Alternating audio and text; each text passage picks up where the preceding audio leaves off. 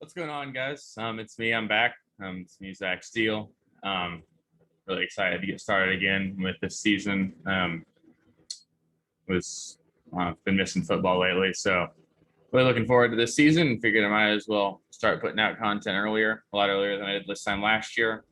Hopefully, I can help you guys with some sort of draft strategy. I know I did a lot more stuff during the season last year, but I really like to start earlier and be more versatile. So this video, we're going to talk about a couple of running backs that I've identified in the later or middle to late rounds that I think are honestly extremely undervalued, and guys that sort of you should definitely target if you miss out on any of the top tier running backs early on. So here we go. So for starters, I've got Chris Carson. He's currently going off the boards as RB21 by ADP as an average across all the major platforms. But last season, he was 13th in points per game among running backs, and there's no Carlos Hyde anymore. So he's got an even clearer role. I don't think Rashad Penny is any real threat, and I'm a Seahawks fan. I still dread the fact that we took Penny in the first round, but I know that from firsthand experience that he's never healthy, and even if he is, he's not better than Carson. And there's not a clear path to Penny taking the carries away from Carson unless Carson gets hurt. Seahawks also have employed a new offensive coordinator in Shane Waldron from the Rams, and as you know, the Rams are really adept at getting the ball out quickly and doing a lot more outside runs and stuff. And I think that's only not only is it going to increase Chris Carson's yards per carry because he's going to get a lot more carries outside the tackles, which tend to result in more explosive runs, but also I think we're going to see a lot more effective of a screen game in Seattle. And I think Chris Carson's going to be the focal point of that. They haven't necessarily went out and gotten a pass catching running back, because I think they do believe that Chris Carson is a 3-down running back. That's why they gave him an extension this offseason. So I think if healthy, Chris Carson's a fringe RB1, RB2. And I mean, he did that last year. He was 13th in points per game. So he was the best RB2 on the market when he was healthy. So there's no good reason for him to be going as RB21. And I really think that drafting him at the price he's going at is just a steal. And he's not going to win your league. He's not going to be a top 5 running back, but he's going to be a plug and play starter for you every single week and somebody that you can really rely on each week. And I'd be happy to have him on my roster. So the next guy I'm going to go over here is Chase Edmonds. He's currently going as RB27 by ADP, and he finished last season as RB27 with Kenyon Drake on the roster. So obviously, Kenyon Drake has been replaced by James Conner in that offense. James Conner signed a near veteran minimum deal with Arizona. There was really no free agent market for him, and that's because, honestly, he hasn't been that effective in his career. In general, if you're a running back for the Steelers that's getting workload, you perform from a fantasy perspective because it's just such a valuable position in the NFL on that offense. So I don't necessarily think that James Conner is a threat, especially with his injury history. And Kenyon Drake left the Cardinals and he left 240 carries behind him. I don't even think Kenyon Drake needs to get all 240 of those, nor will he, obviously. But I think you could reasonably assume he gets 100 more carries. And let's just say he doesn't get any more receiving yardage or receptions, because Kenyon Drake wasn't necessarily a very valuable aspect of their passing game. You're getting 100 more carries at his 5.3 yards per carry from last year. So you're going to get 500 more yards out of him. So that's easily going to bump him up into RB2 category. And I think the upside's really there if he can take on a workhorse role in that offense. And that offense, we all know, is extremely potent with Kyler Murray and DeAndre Hopkins. And there's going to be a lot of points to go around. So I don't think there's really any reason for Edmonds to be going this low. I think he's a guy that you can draft and pretty comfortably start. The Cardinals have already named him their starter. There's no reason for him to be RB27. I would more agree with RB17 than I would with 27. So go get yourself some Chase Edmonds and you'll be really happy. And if you're really worried about it, take James Conner super late. And at worst, you've got a flex asset in Edmonds. So another guy I've got here is Myles Gaskin.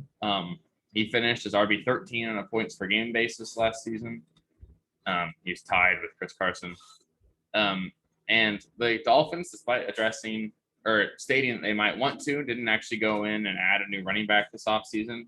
So as of right now, Myles Gaskin is the guy in that offense, and that's an offense that really only should get better. Obviously, Tua didn't necessarily light up the NFL last year as a rookie. And he was most certainly overshadowed by guys like Joe Burrow and Justin Herbert and that. But I do expect him to take a step forward. Not massive, but they've also added 2 new receivers and Will Fuller, who will serve his 4-game suspension and then come in and be the home run threat that Tua hasn't really had. So it'll be nice to see what Tua can do with a guy that can stretch the field. And then you're going to get Jalen Waddle, who I think is going to be a valuable asset. I don't think he's going to necessarily be a great asset in fantasy, but I think he's going to help make that offense better. And in better offenses, there's more touchdowns, more yardage to go around. So I think that as long as Gaskin can keep that same role that he had from last year, there's no reason that he can't be a top 10 running back. He's super involved in the passing game. I think he averaged just north of 4 receptions per game last season. And he was okay on the ground. I think he averaged 4.2 yards per carry on the season. So if you can get him near 1,000 rushing yards with 60 receptions and 500 receiving yards and a couple touchdowns sprinkled in there, he's going to be a really valuable asset. And having those receptions each game really does help keep his floor really high. I think he only had 1 game with less than 9 fantasy points last season. That's something that's really nice, and it's going to be really hard to come by in a running back that's getting drafted in the 20s. So I really do think as long as they haven't gone out and added a new running back prior to your draft, Gaskin's guy I'm really happy to get. And obviously his value is going to go up each week that the Dolphins don't go out there and get another guy. I know that a lot of people are worried that they might go add Melvin Gordon or something because the Broncos aren't necessarily sold on Gordon themselves. So that would certainly hit Gaskin's value. So obviously if you're drafting in late August, early September, then and Gaskin's still a league guy, I would maybe expect Gaskin's ADP to go up. But he's just most certainly someone I want to keep an eye on. He was honestly a league winner for a lot of people last year, and he's not getting treated with that respect right now. And then lastly, this is a bit of a home run shot. He's definitely way lower on the boards here, but I've got A.J. Dillon. He's going as RB40, and Jamal Williams on the Packers finished as RB38 last season. A.J. Dillon is most certainly a far more talented runner than Jamal Williams. Jamal Williams is probably better in the passing game, but we saw what A.J. Dillon could do when given a heavy workload, a couple games that Aaron Jones limited.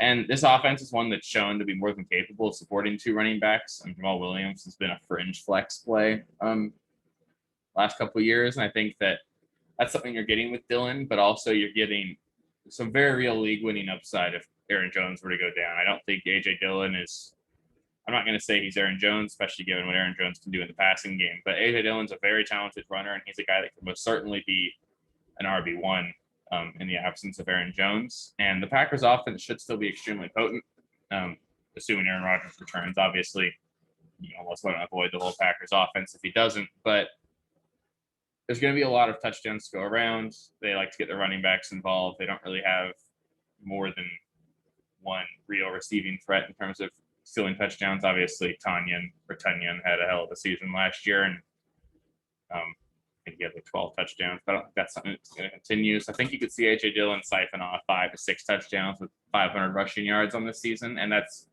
if Aaron Jones doesn't miss a game. But any week that Aaron Jones misses, you're getting an RB1 that week because A.J. Dillon is extremely talented. And honestly, I'm surprised that the Packers extended Aaron Jones given what A.J. Dillon showed them last year.